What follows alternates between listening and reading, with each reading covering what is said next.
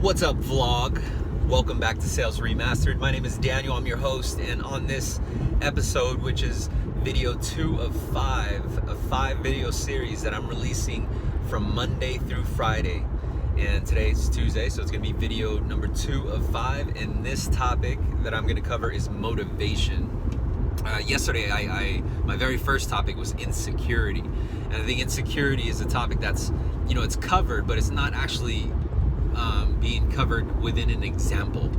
And I think that it's important to understand, because you are going to be faced with certain points and challenges within your life that's really going to test your insecurities. And I thought that was important to cover.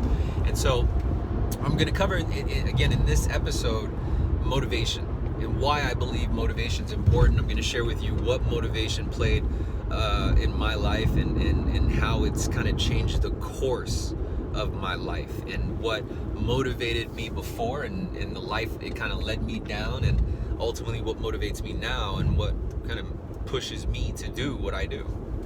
And so first off, with regards to sales, whether you're in sales or not, I think motivation plays a role. But if you are in sales, I want to share a fact with you guys that what I've noticed in sales and being within this industry is that typically the most secure jobs of in sales, because the sales could be viewed at as a risk of not making a sale, then you don't make money. And so because that fear plays a role, most salesmen or most people opt for the higher salary or the higher base salary or hourly in exchange for a lower commission tier or a lower bonus tier, right? Like, so they're not making as much per sale, but they're making a lot hourly, or they're making, a lot on a salary, a fixed salary. So they're covered, if you will. They have the bare minimum covered. And so why I think that plays a role is because you may have experience with that, or you know of someone who experienced that, and so they took a quote unquote sales job, but it was like a high paying salary where it's maybe the bonus and commission really only represented about 10% of the total income. And because it was somewhat stagnant, because typically those jobs are, it doesn't really rely on any creativity. It doesn't really give you independence. And the reason why it's a secure job is because it is typically a kind of a design program. And so you're an operator. You're not an actual, a creator, right? A creator of solutions, which is sales. That's how you create a sale. And so I bring that up because I think that, in sales, just in general, you're going to learn great skills with regards to communication, reading communication, like reading body language. You'll have, or you'll build on the skill of rapport building, relationship building. You'll build on certain skills that really only sales is going to throw you in. And so sales is definitely a beneficial role. Lots of leaders, company owners, billionaires, millionaires, they all started off in sales. And why I bring that up is because the motivation. And motivation played a role on the decision making of the job that you have right now. And so you may be motivated to take the job you have right now because it covers your nut, or because it covers, all the bills and everything's paid. But deep down inside, you may not necessarily be happy. You may believe that there are better opportunities out there, or that the grass is greener on the other side.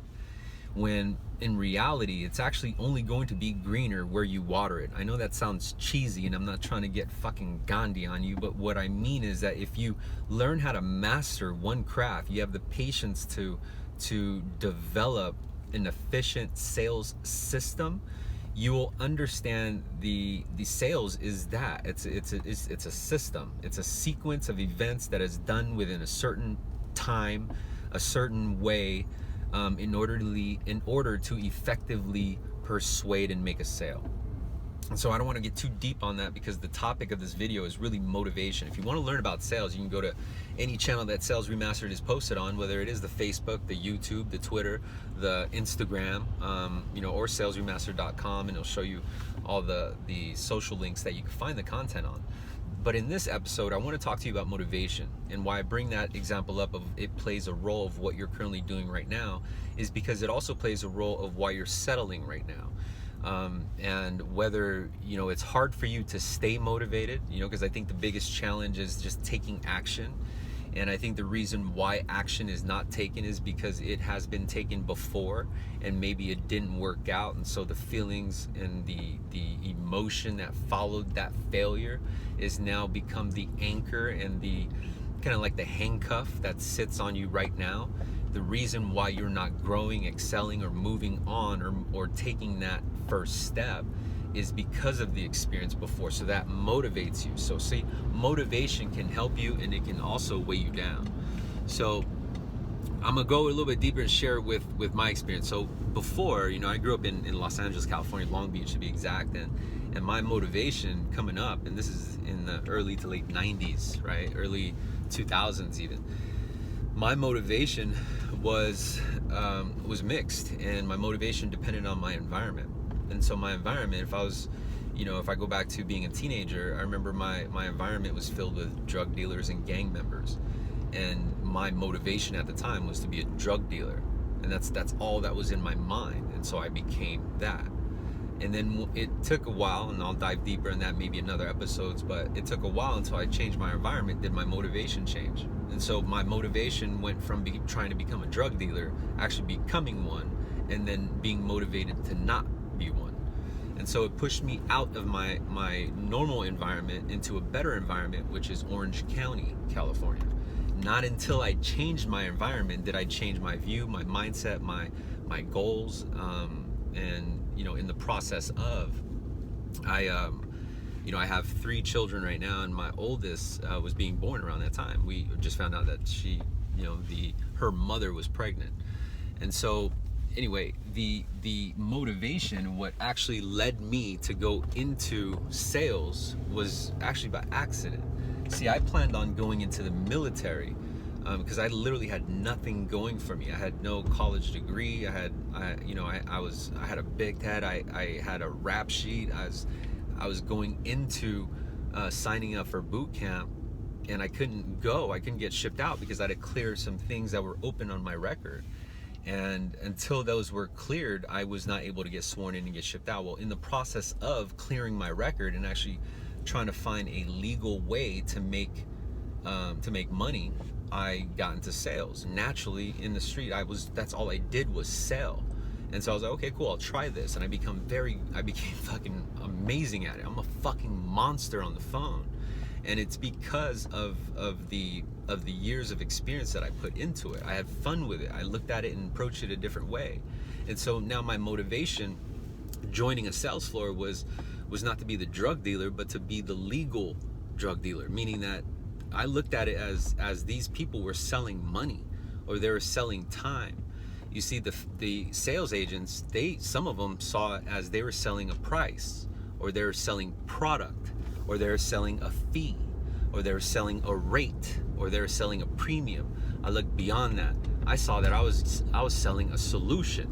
I was selling relief. Does that make sense? I looked at it in a different light. And because I did that, I became very good at it.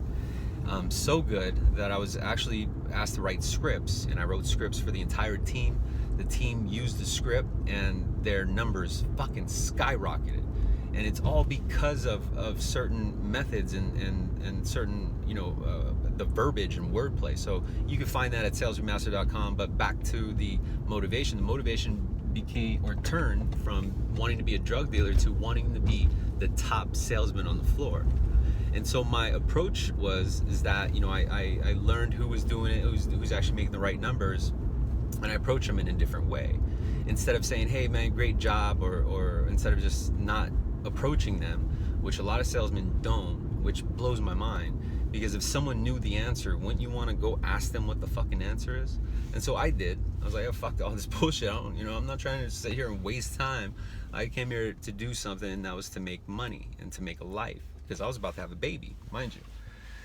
And so in the process of, I my environment at a telemarketer level was to be the top telemarketer, the top salesman. And you got rips back then. It was like little bonuses. But the application was a challenge, because I went from hello, this is a random call, right? Calling you on the street, hello, from a mortgage company. And by the end of the phone call, I'd have everything on you. your employer, how much income, how many kids you got, your date of birth, your social. I had all this information on you, and my goal was to get that info and transfer off to a loan officer. And these were loan agents that took over the process and they closed the loan. Well, I did that job very well. And they used to do incentives like, hey, the first of 4 applications would get paid for the day and could skate. I used to get that shit done in like 2 hours and I'd be paid for a full day. I'd actually go take off. Until I found one person who was a loan officer who was making sick money, like fucking sick money. Like, you know, I'm over here in a brand new Civic and this dude's pulling up in a brand new S5 Hyundai, like the big body. I'm like, and he's young, he's about the same age as me, and I'm like, bro, what the fuck do you do? He's all, I do mortgage loans. Had me since, and I was like, man, I could do this. You know, I'm the first one who talks to these people before you get it. So fuck, if I sold them to give me the private info, I'm pretty sure I could sell them on a contract, and I did, and I grew very quickly. Usually any sales environment that I've joined, I was able to get promoted within 6 to 12 months. There's a lot of times I actually turned down promotions just because I knew how that could take away from the sales, but I took on a lot of sales management or team lead roles. And I did it for one reason, it's to study, again, who's doing it and who's doing it right, the fastest way to make a system work. And that's what you need to find out in your environment right now is you know, you may be giving excuses of, oh, it's the leads, or oh, it's my manager, or oh, it's this processor, or oh, it's this, or oh, it's that. But at the end of the day, until you accept that you need to own up, whatever, don't put no reason on anyone else but yourself. If they're responsible for it, you're responsible for it, for putting yourself in that situation. So think about that. And when you come to agreement that, you know, your environment is within your own control, you can set yourself up in different ways to make sure things work out for you. And again, it's through repetition, but learning through the process. So don't be scared to make mistakes, you know, make the mistakes, learn from it, and you'll naturally evolve. So it's just a side bet. But going back to motivation, I want to share with you real quick.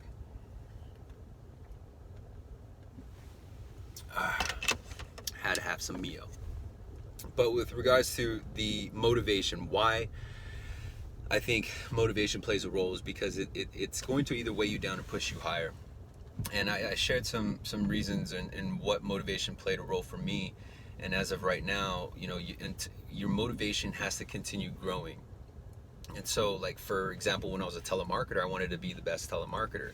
I hit that position, and then I looked elsewhere. I looked to be, okay, well, what's next? And I looked to a loan officer. And figured that system out. Any environment, any sale, any product. It wasn't even just a loan officer, but you know, there's a time where the market went down, so I had to do another hustle. And sales is sales, right? At least in my opinion, and it's a form of communication. And so I sold other things and I sold other products, especially when I was young, before I got into loans. The sales science hasn't changed. It's just a matter of motivation. It's a matter of influence. If you want to understand how to motivate someone to buy your product, find out what their real value is. You know what I mean? Like, instead of asking them, like, what's your goal? You want to save some money? Okay, write down save money and then move on to the next question. Dig into that. You want to find out why that's important to them. Meaning that if I do save you some money, what do you plan on do with it? You know, this is a question you can ask your prospect. And you find out what's important to them. Like, oh, I'd really like to free up this money so I can afford to pay my other bills off. Then you have to take note of that. That's the answer. The answer is not, I want to save money, and then you move on. You know, dig into that, because your pitch needs to be a collaboration. It needs to be a solution, like a plan. Like, you are mapping out a solution of what to do in order to achieve big results. And in order to effectively communicate that, you need to apply the words within your pitch to sound just like them. And they're going to tell you exactly what their goal is and what their desires are and what's important to them. But the question is the sales agent or sales representative too focused on whether or not they're going to buy more than as to why they'll buy? When you figure out that you have a choice to explain why they should buy, or you have a choice to explain what will happen if they don't buy, you're able to kind of expand your view of the topic and explain it in a better way, but be more personable so that they can relate to the verbiage that you're using. I hear it all the time, like, I could save you $35. if you're currently pitching the benefits of your product like that, you're missing out the opportunity to say what they can do with that money, right? And so if I were to explain it, I'd say, I can show you a way to free up some extra cash flow so that you can pay those credit cards down. I know that was important to you. This is how. And then you talk about your product. Because when you put them in their mindset, you use words that they're familiar with, and you show them that this is a solution. It's no longer a sale, but it's their right of way. So they're going through the process to get the solution that you talked about. It's not the price, it's not the rate, it's not the fee, it's not the internet review, right? It's not you, it's not what you're wearing, it's not what you look like. It's your ability to solve a problem for them. And your creativity is going to be spawned by your motivation. You see, I'm motivated to be better at my craft every single day because this is all I have. And I have a lot of people riding on me. So I'm going to do whatever I can to make sure I provide, whether it's rigging my mindset, waking up 2-3 hours early a day. I wake up every morning at 4 o'clock. You don't believe me? Check my story on Instagram. I'm always documenting. And so you'll see that I hit the gym. I'm at the gym by like about 4:30, and I try to do it every day. I try to stay healthy, and it's helped me. It's enabled me to do a lot of things that I couldn't have imagined before. But through repetition, I was better, and through motivation, I found the courage and the strength to continue going.